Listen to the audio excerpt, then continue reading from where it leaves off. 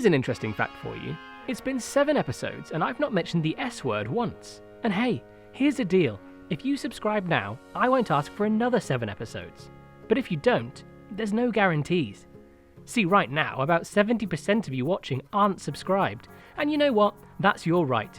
But if you fancy helping out me and the channel, just hit the red button. You don't even have to hit the bell. That's your call. Anyway, the ball is in your court. Last week we had a couple of firsts. A flat ride and a shop. Terribly overwhelming. Before we continue, Artful Rascal very rightly pointed out that I haven't shown an aerial view of the park in a while. So here are a couple of shots for you to reacquaint yourselves with the layout so far.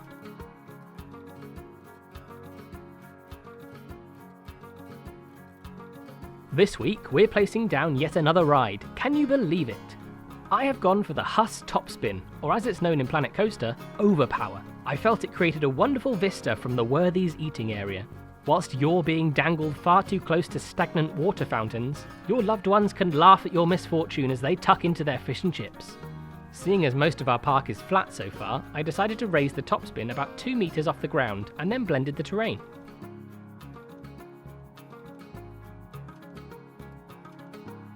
I used Victorian tile for the foundations, which was last used over by the afterburner. It's important to use recurring materials to keep a cohesive feel to the park.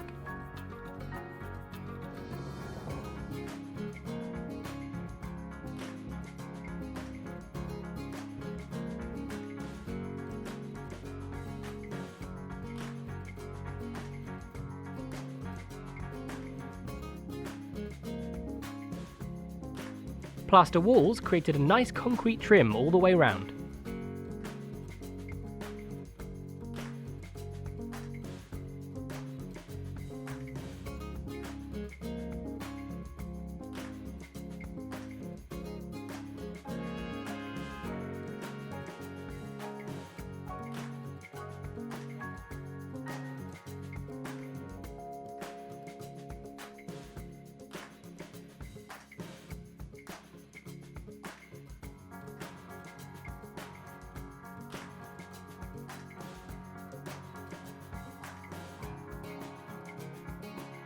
I added the ride exit and then adapted the foundations accordingly.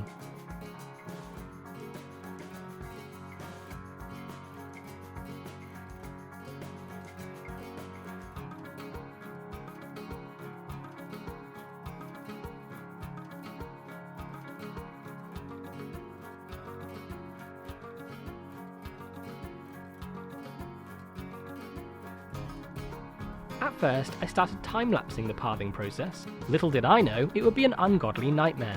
After quite literally an hour of faffing, I decided it would be better to just cut to the finished product. So here is our finished plaza area, complete with benches and parasols. As you can see, I also created a nice ramp up from the existing path. Next, I started work on the ride sign. I had the idea to recreate the iconic topspin silhouette using basic shapes, beams, poles, and framework pieces.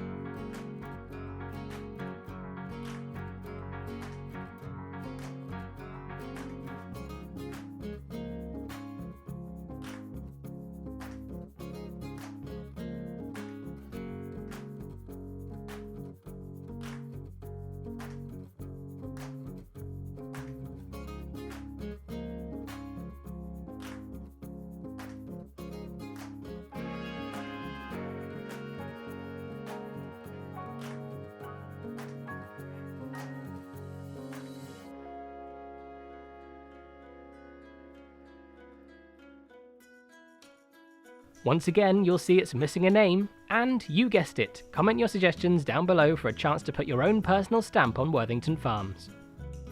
To fill in this gap here, I added a couple of planters and some birch trees.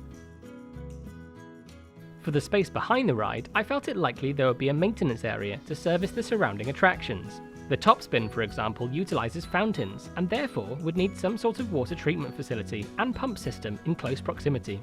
I flattened the terrain into a courtyard shape before letting my inner artist go wild as I painted the ground.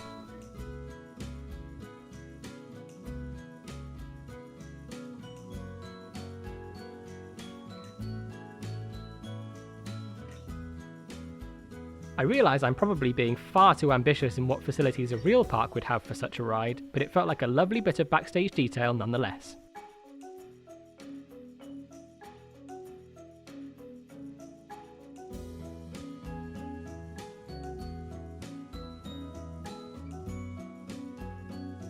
I dug out a hole before creating the tank using basic shapes, and then created a foundation using plaster walls.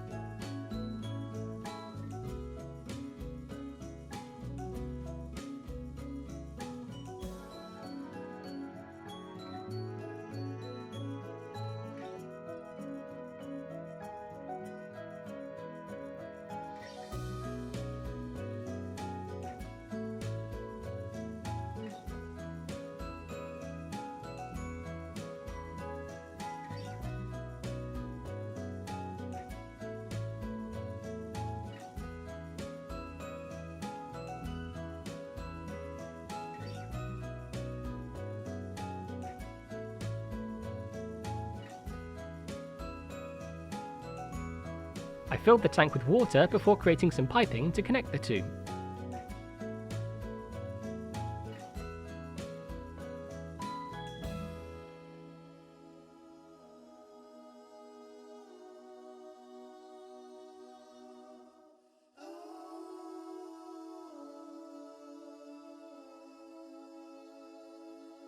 I used various framework pieces to add some detail and support.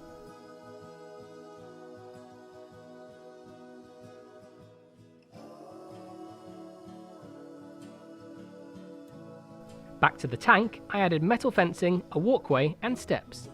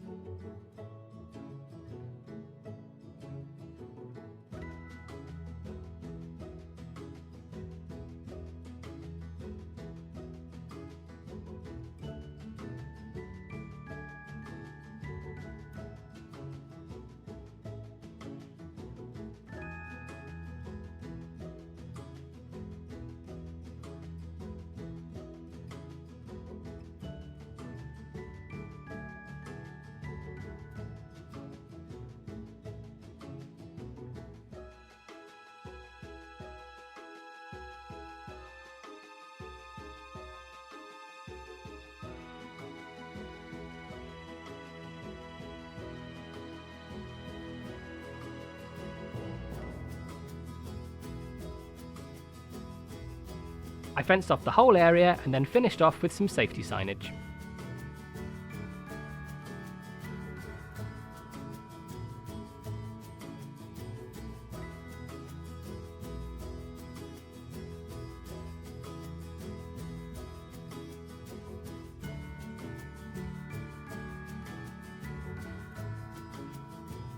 To save you the boredom of me placing down a whole bunch of fencing, here's the final result. Isn't it lovely?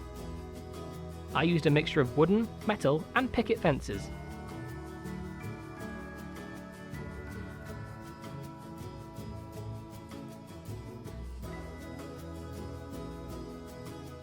Because the area behind the topspin is staff only, I figured it would probably be fairly overgrown. I added ash and birch trees, along with a few different bushes.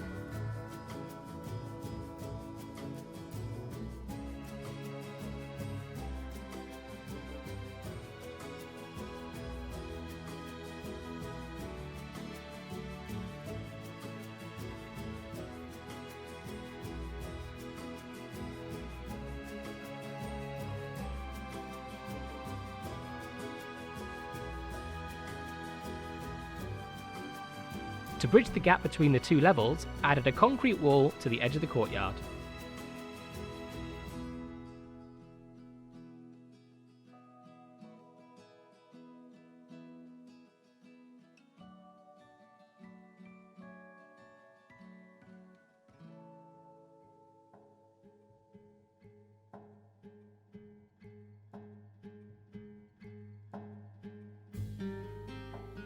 I continued the foliage around the side with some bushes and trees.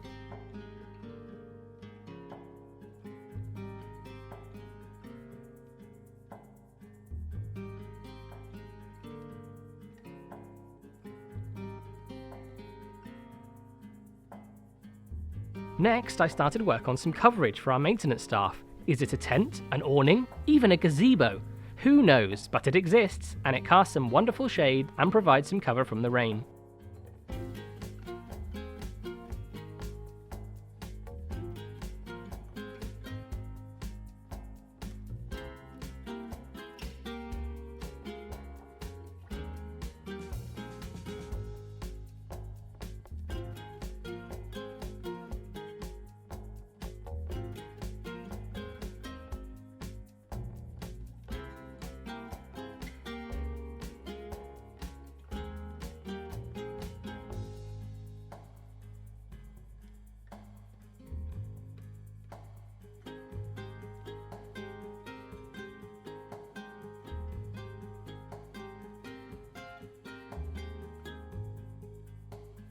Next, I started adding some general backstage clutter. Something I like to do is grab existing things from around the park to give the impression of bits being under repair or just excess scenery items.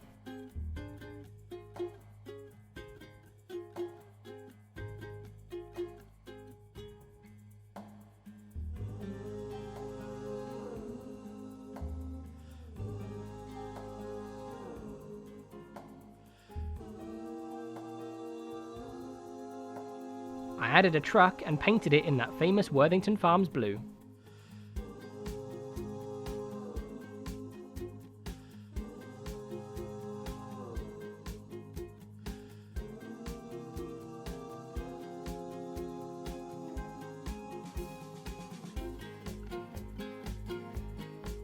Next, I copied our faithful toilet block and dragged it over to live next to the topspin. I then fiddled with the fence and bushes to blend it in.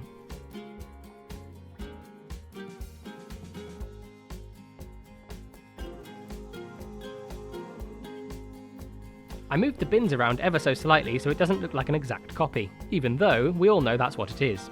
Sightlines are a huge factor of theme parks. It's important that we try to conceal the admin buildings as best we can from peep level. Instead of boring fences all the way around the park, I came up with the idea of using a beach hut facade instead.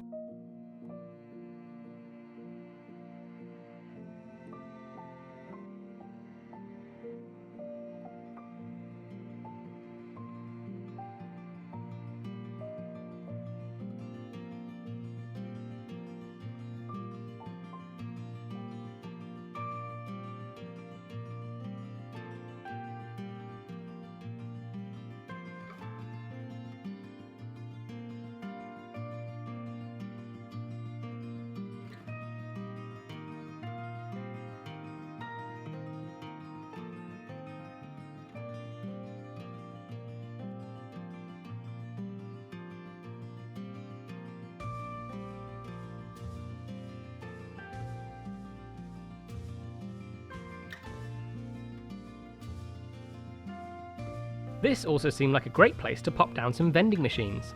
Despite the fact I dislike using the in-game brands, unfortunately we have no choice if we want them to be used by guests. Sadly, I forgot to record the entire process of building the vending machine shelter, so here's a quick cinematic to make up for it.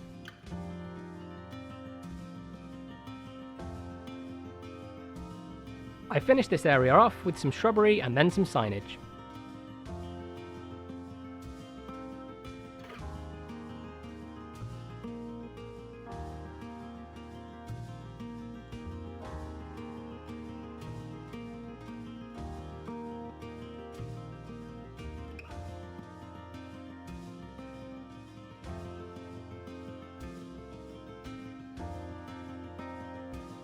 Lastly, I gated off the entrance to the staff area before adding some fencing, painted to match the colour scheme for this area.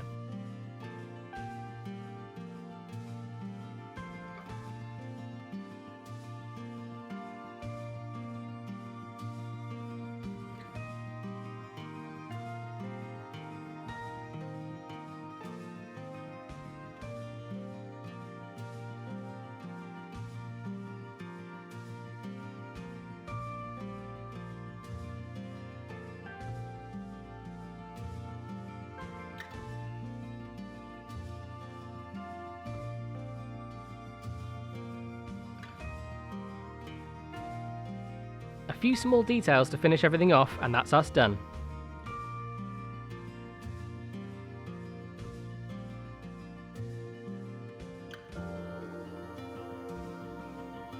This zone is a great example of how a budget park like this would go about theming an area for very little cash.